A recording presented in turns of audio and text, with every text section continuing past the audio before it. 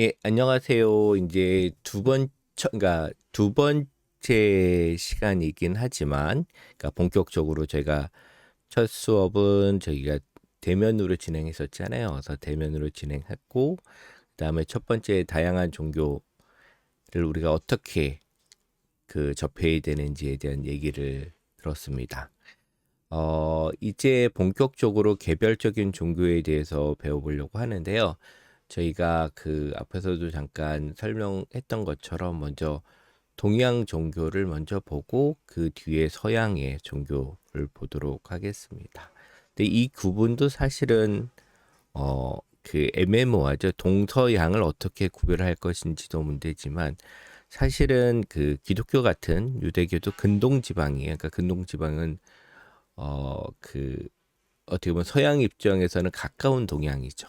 그래서 그 서아시아나 근동 지방이기 때문에 오히려 그것도 어떻게 보면 시작은 동양이라고 할 수 있을 것 같습니다. 그래서 어떻게 보면 서양의 종교가 좀 더 고등하고 동양의 종교는 그거에 비해서 덜 고등한 종교일 것처럼 보이지만 사실은 그렇지는 않고요. 우리가 배우게 되겠지만 불교 같은 경우는 되게 철학과 유사한 형식이 어, 그 아주 기본적인 구조가 탄탄하고 그 안에서 되게 심오한 종교적 체계를 가지고 있기 때문에 어떤 종교에 비해서도 여러분이 아시겠지만 불교는 상당한 깊이를 갖고 있는 종교였고 그 영향을 받았던 뭐 유교나 도교도 그 불교를 통해서 더욱더 체계를 갖추게 됐다고 합니다. 그래서 동서양의 종교를 이렇게 단순히 고등하고 고등하지 않은 종교를 이렇게 구별을 할 수가 없고 그렇기 때문에 이게 서양 종교보다는 동양 종교를 먼저 시작하는 게 좋다고 생각을 했습니다. 그래서 여러분이 동양 종교 하면 떠오르는 게 유불도일 것 같습니다. 유교, 불교, 도교 이렇게 되는데 일단은 이제 유교부터 먼저 시작을 하려고 합니다. 근데 사실 이제 불도가 다 연결이 돼 있어서 분리할 수는 없겠지만 예, 그 조금 어려움이 있습니다. 그래서 일단은 그 세 가지만 다루도록 하겠고요. 그다음에 유교는 오늘 유교를 다루게 될 텐데 사실 이제 유교는 사실 우리나라 그 조선 시대에 유교는 정말 우리 우리나라의 나름의 동양 철학, 동양적 종교로서의 역할도 해와서 따로 다뤄야 되지만 사실 그게 쉽지 않아서 그리고 저희는 뭐 짧은 시간에 다 달아야 되고 저희가 이제 마지막 시간에 이 학기 마지막에는 한국의 전통 종교를 다루게 될 텐데 그 안에서 한국의 나름의 유교는 다루지는 않습니다. 그래서 좀 이렇게 큰 유교를 이렇게 짧은 시간에 다룬다는 거는 조금 말이 안 되긴 한데 그래도 뭐 저희는 이제 다양한 종교에 대해서 이야기를 해보고 조금 그래도 최소한의 이해를 해보는 거기 때문에 유교를 좀 짧게 다루도록 하겠습니다. 오늘 유교 수업을 도와주실 교수님은요,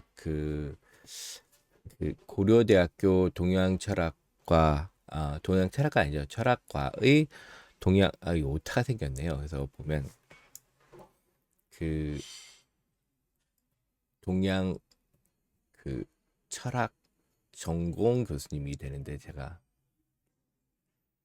오타를 냈네요. 그래서 이찬 교수님이고요.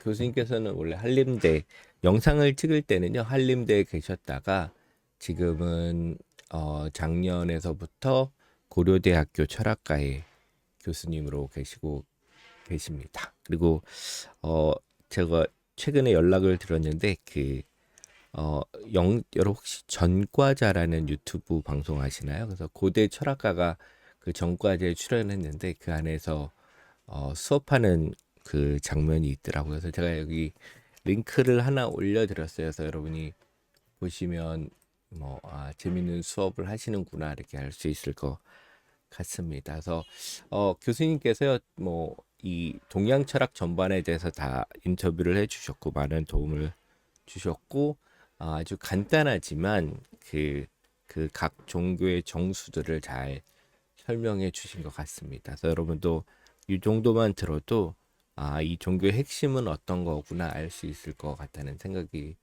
듭니다. 그래서 유교의 역사는 참 길어요. 여러분 그 유가에서 시작돼서 그 다음에 우리나라의 조선 시대를 이뤘던 유교 전체까지 보면 너무나 길고 역사가 그 이해하기가 그래서 힘들죠. 하지만 조금 그러니까 이 핵심만 이해하더라도 유교가 어느 정도 어떤 종교적인 위치에 있고 어떤 핵심을 얘기하는지는 알 수 있을 것 같다는 생각이 듭니다. 그래서 여러분 수업 들으실 때 제 수업은 인터뷰가 더 핵심인 것 같아서 인터뷰를 좀 몇 번 더 들어주시면 더 도움이 될 것 같습니다. 그러면 오늘 그 긴 역사를 가진 유교를 좀 짧게 한번 다뤄볼 테니까 여러분도 한번 잘 들어주셨으면 좋겠습니다. 그러면 오늘 수업을 이제 인터뷰부터 시작을 하겠습니다.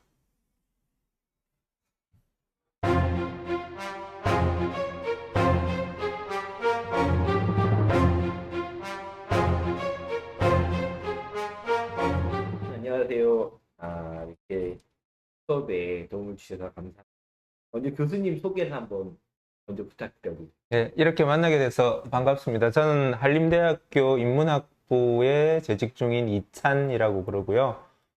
전공은 중국 철학, 유학, 성리학, 동양 철학 전공을 하고 있습니다. 네, 그래서 저희가 동양 종교에 대해서도 얘기를 하고 있는데요. 첫 번째 그 시간이 돼서 유교에 대해서 얘기를 한번 여쭤보려고 합니다. 제가 궁금한 거는 제가 이 나라, 이 땅에 살면서 유교에 대한 느낌은 그냥 너무 일상적이라서 종교란 느낌이 안 들고 어떻게 보면 예절이고 뭐 대사고 이런 방식으로 어떤 생활의 일부로만 느껴져서 종교에 대한 의미로는 생각을 잘 못하게 되는데요. 그래서 첫 번째 질문은 정말 유교가 어떤 의미에서 종교인지에 대해서. 음, 일단 종교에 대한 규정부터 우리가 이야기를 해야 될 것 같은데요. 아마 뭐 첫 시간 정도의 이야기가 나왔을 수도 있겠는데 우리가 무엇을 종교라고 규정하느냐에 따라서 달라질 것 같아요. 신이 있느냐? 그러니까 신이 있는 것이 중요한 어떤 종교를 정의하는 어떤 하나의 기준이 된다고 할 때 유교에는 신이라고 불릴 만한 존재는 없습니다. 그리고 그 종교에서 그 가장 중요하게 생각하는 것 중에 하나가 불멸에 대한 생각일 건데요. 왜냐면은 종교가 왜 발생했냐라고 하는 종교 역사적 측면에서 인간이 유한하다는 거, 어떤 인간이 나약한 존재라는 거, 이런 여러 가지 것들 때문에 인간이 불멸을 상상하고 무한한 존재를 상상하고 가장 강력한 어떤 힘을 가진 존재를 상상하는 과정에서 나온 것이 종교다라고 하는 종교 인류학적인, 종교 사회학적인 어떤 분석도 있는데 그런 면에서 봐도 유교는 종교라고 보기는 어렵습니다. 방금 선생님께서 말씀해 주셨듯이 사회적 규범으로서의 의례로서 자기를 가다듬는 훈련 이런 과정에서의 어떤 유교가 가지는 어떤 종교적 힘이 있지 않을까라고 생각을 하는데요. 종교가 가지는 특징 중에 하나가 뭐 여기 종교를 가진 친구들도 있겠지만 그 의례가 가장 잘 발달할 수밖에 없는 과정입니다. 우리가 결혼식을 하죠. 그리고 졸업식도 하고 입학식도 해요. 그런 입학식, 졸업식 없이도 여러분들은 대학생이 될 수도 있고 졸업식 없이도 여러분들은 이 대학을 졸업을 했다라고 하는 자격을 획득할 수 있습니다. 근데 왜 그런 의식을 치르느냐에 따라서 실은 우리가 의식을 통해서 정신이 규정되는 부분들도 있거든요. 매일 아침 열심히 청소를 할 때, 내가 정화된다는 느낌을 갖듯이 그런 과정들을 통해서 유교는 의례를 잘 발달시킴으로써 인간에게 어떤 종교적인 태도 그리고 굳이 종교인이라고 할 건 없지만 자기 스스로 좀 나은 인간이 되고자 하는 어떤 노력들을 한다는 점에서 유교도 어떤 하나의 한 형태의 어떤 종교라고 이제 말을 할 수도 있을 것 같아요. 종교가 왜 의미 있고 나한테 필요하냐? 우리가 이렇게 되물을 수도 있겠죠. 왜 내가 종교를 받고 종교가 필요한 거냐라고 할 때, 유교적 관점에서 대답을 한다면 좀 더 나은 인간이 되기 위해서 현재의 나보다는 조금 더 나은 인간, 괜찮은 사람이 되고 싶다라고 하는 욕심? 근데 그건 뭘 통해서?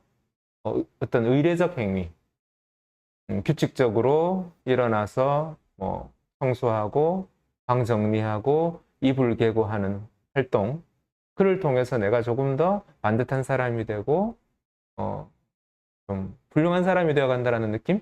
그런 것들을 차곡차곡 쌓아가서 아, 어제보다는 나은 오늘, 뭐 오늘보다는 나은 내일, 뭐 이런 것들을 생각하는 것이 유교적 관점에서의 종교라고 설명드릴 수 있을 것 같네요. 그 제가 드릴 두 번째 질문, 아까 앞 질문하고 좀 연결이 될 수 있는데 너무 가까이 있기 때문에 잘 못 느껴서 기존에 그 학생들이 잘 알고 있는 종교랑 종교를 통해서 좀 특징을 좀 설명을 해주셨으면 예, 좋겠어요. 예. 그러니까 학생들이 아마 불교나 뭐 기독교, 가톨릭은 그래도 많이 종교로 인식을 해서 뭐 어떤 특징이 있다고 생각이 돼서 그걸 근거로 해서 얘기를 해주시면 학생들이 좀 더 교에 대한 구체적으로 알 수 있을 음, 것 같아요. 오늘 한번. 어, 저는 그 수업 시간에 유학, 유교, 자, 지금 이제 유교를 가지고 이야기를 해야 되는 상황인데요. 유학이라고 부르기도 하고, 유교라고 부르기도 하고, 유가라고 부르기도 합니다. 그러니까 유가라고 할 때는 일종의 학파적 개념이에요. 유라고 하는 것이 가지는 학문적 정체성에 관심이 많은 어떤 그 연구 경향이라고 할 때는 유가라고 보통 부르고요. 뭐 유학이라고 할 때도 있고요. 어, 유교라고 할 때, 유 또는 공자라고 하는 인물, 공자, 맹자라고 하는 인물을 통해서 우리에게 전해지는 가르침으로서의 어떠한 유교.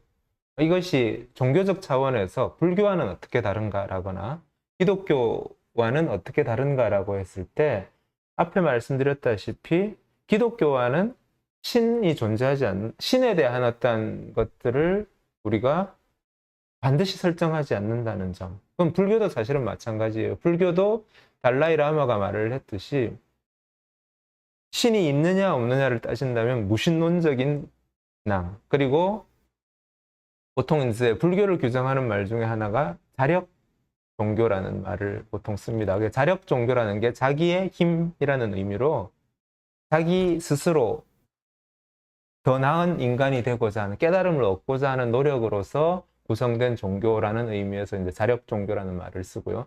자력이라는 표현을 쓸 때는 뭐 다른 존재의 힘을 빌린다는 의미죠. 그러니까 보통 기독교에서는 신에게 다 맡기는 거죠.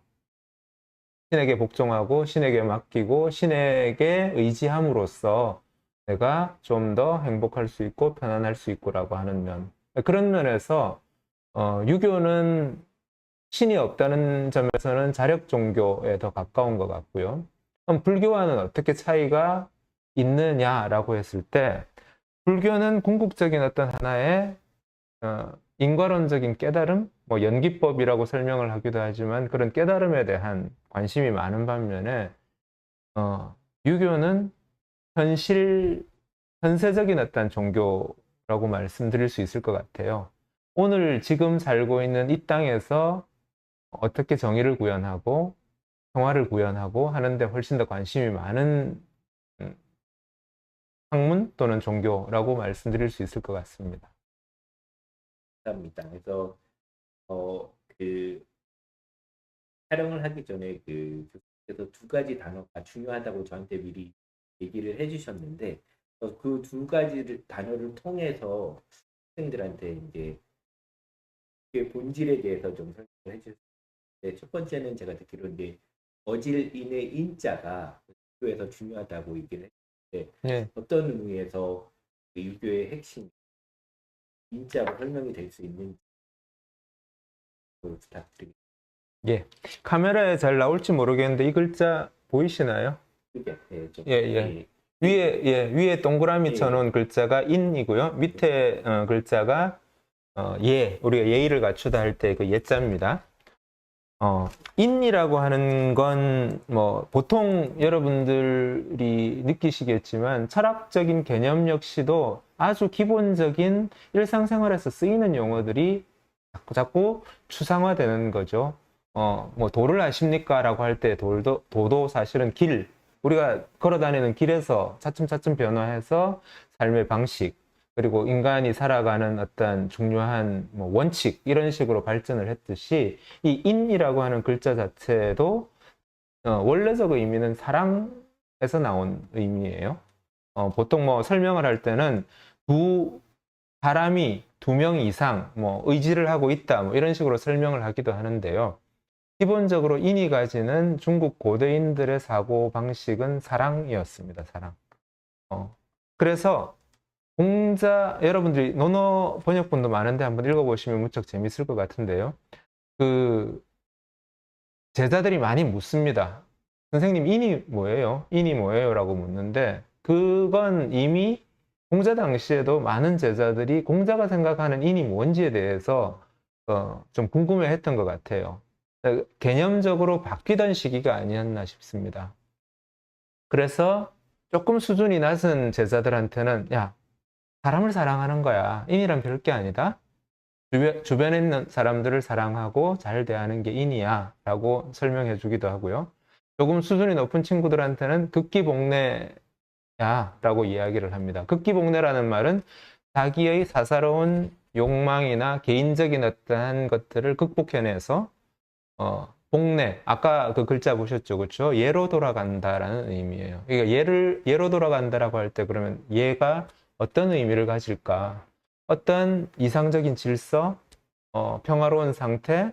근데 그 평화로운 상태는 내가 주관적으로 획득되는 그냥 가만히 명상을 하고 해서 얻는 주관적인 상태로서의 평화가 아니라 다른 사람들과의 관계 속에서, 제도 속에서, 사회적인 질서 속에서 우리가 어떤 균형을 이루는, 밸런스를 이루는 상태로 돌아가야 된다는 거죠. 개인적인 주관적인 욕심을 내다 보면은 서로 싸우게 되는 거죠. 이제 그걸 잘 극복하고 이겨내고, 그래서 평화로운 상태로 우리가 발전해 나갈 수 있어야 된다라고 하는 게 인이라고 하는 글자를 설명하면서 공자가 다 이야기하는 내용들이에요. 아주 쉽게는 그냥 사람들을 사랑하는 거야 라고 하지만 그 사랑이 단지 내 욕심에서 우러난 주관적인 사랑이 아니라 궁극적으로는 이 사회의 어떤 평화와 또는 균형과 이런 것들을 다 이루어낼 수 있는 것으로 발전되어야만이 공자가 말하는 궁극적인 어떤 인의 가치를 실현하는 것이고, 그 인이라고 하는 가치 자체가 단지 사랑하면 다 되는 것이 아니라 사회 전체 속에서의 어떤 균형과 조화를 구현하는 방향으로 발전해 나갈 수 있는 것.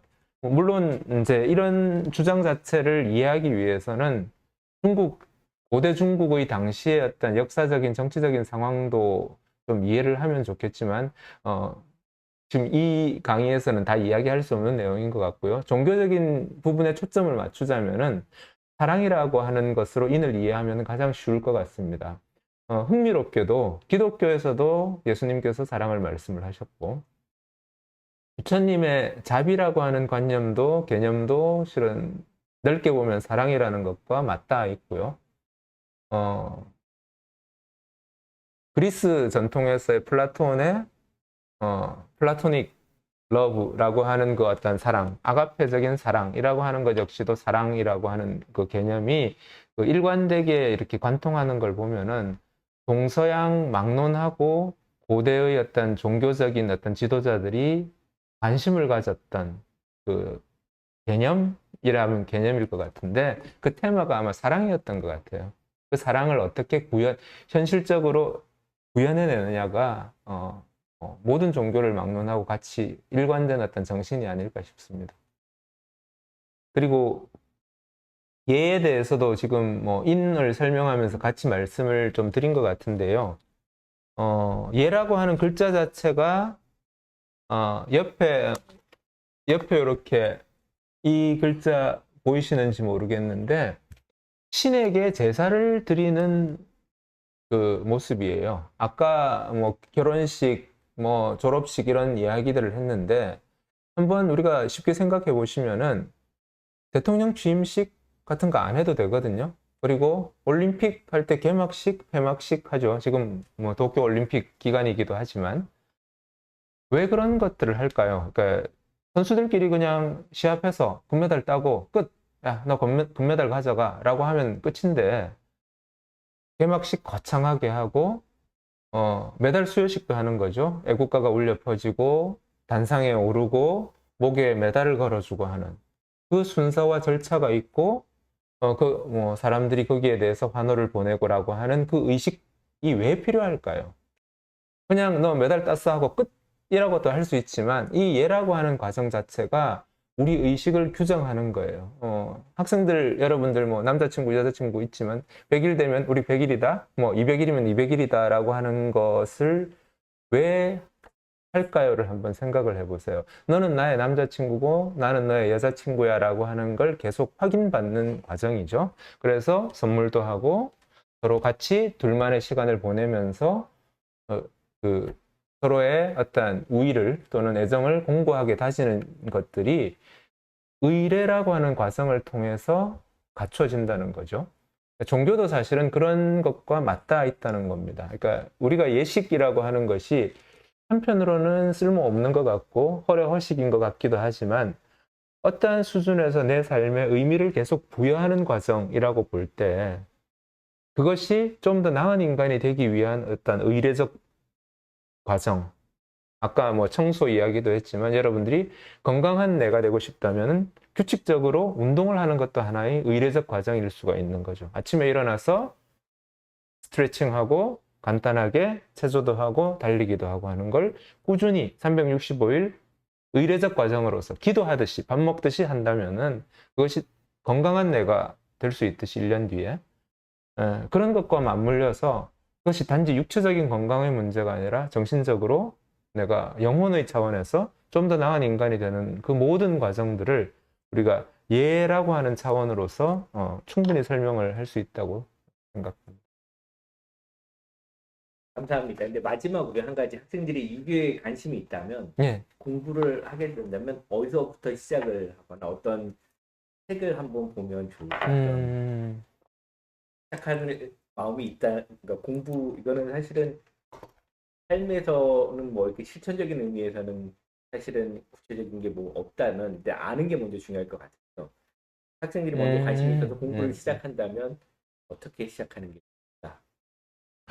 만화를 좋아하시는 분들은 그 대만 만화가인 최지충이라고 하는 분이 그려놓은 만화책이 있어요. 논어, 뭐 공자라고 하는 맹자 이런 만화책을 한번 보시는 게 좋을 것 같고요. 그리고 논어가 번역본이 여러 번역본들이 많아요. 아무 번역본이든 손에 잡히는 대로 쥐고 어느 페이지든 펼쳐서 읽어보시기 바랍니다. 왜 논어는 아무 페이지나 펼쳐도 되냐면은 공자님 말씀을 그냥 단편단편으로 모아놓은 책이라서 스토리가 있지를 않아요. 그냥 편한 데 펴서 공자님이 이렇게 말씀하셨네? 또는 제자들에게 이렇게 뭐 야단을 치시네? 하는 내용들을 쭉 볼 수 있어요. 논어라는 책이 참 저한테는 흥미로운 것 중에 하나가 공자라고 하는 인물에 대한 아주 여러 세세한 이야기들을 다 접할 수 있습니다. 밥 먹는 습관, 또 제자들한테 야단치는 방식, 뭐 제자들한테 그런 야단도 쳐요. 쟤는 맨날 낮잠만 자고 저래 가지고는 안 된다고. 저렇게 잠만 자는 놈은 암만 가르쳐도 소용이 없다고. 이렇게 야단치는 구절도 있고요. 엄격한 그 고리타분한 소리만 하는 것이 아니라 일상생활 속에서 공자라고 하는 인물이 얼마나 흥미로운 인물인지를 엿볼 수 있는 게 논어라는 책이에요. 하도 오랫동안 우리나라 문명권 문화 속에서 뭐 공자 맹자는 고리타분한 유교적인 어떤 가르침만을 전하는 그런 지식인처럼 그런 어떤 성인처럼 받들어져 왔는데 실은 논어를 꼼꼼히 뭐 슬렁슬렁 읽다 보면은 그렇지 않은 공자의 모습을 발견하게 될 겁니다. 그리고 뭐 인터넷에 유튜브 검색해서 뭐 논어에 대한 이야기들을 검색을 해보셔도 아마 뭐 여러 가지 이야기들을 발견할 수 있을 것 같은데 그렇게 출발하고 시작하시면 좋을 것 같습니다. 여러 가지로 유교에 대한 이해를 도와주셔서 감사합니다. 수고하셨습니다. 예, 감사합니다. 네.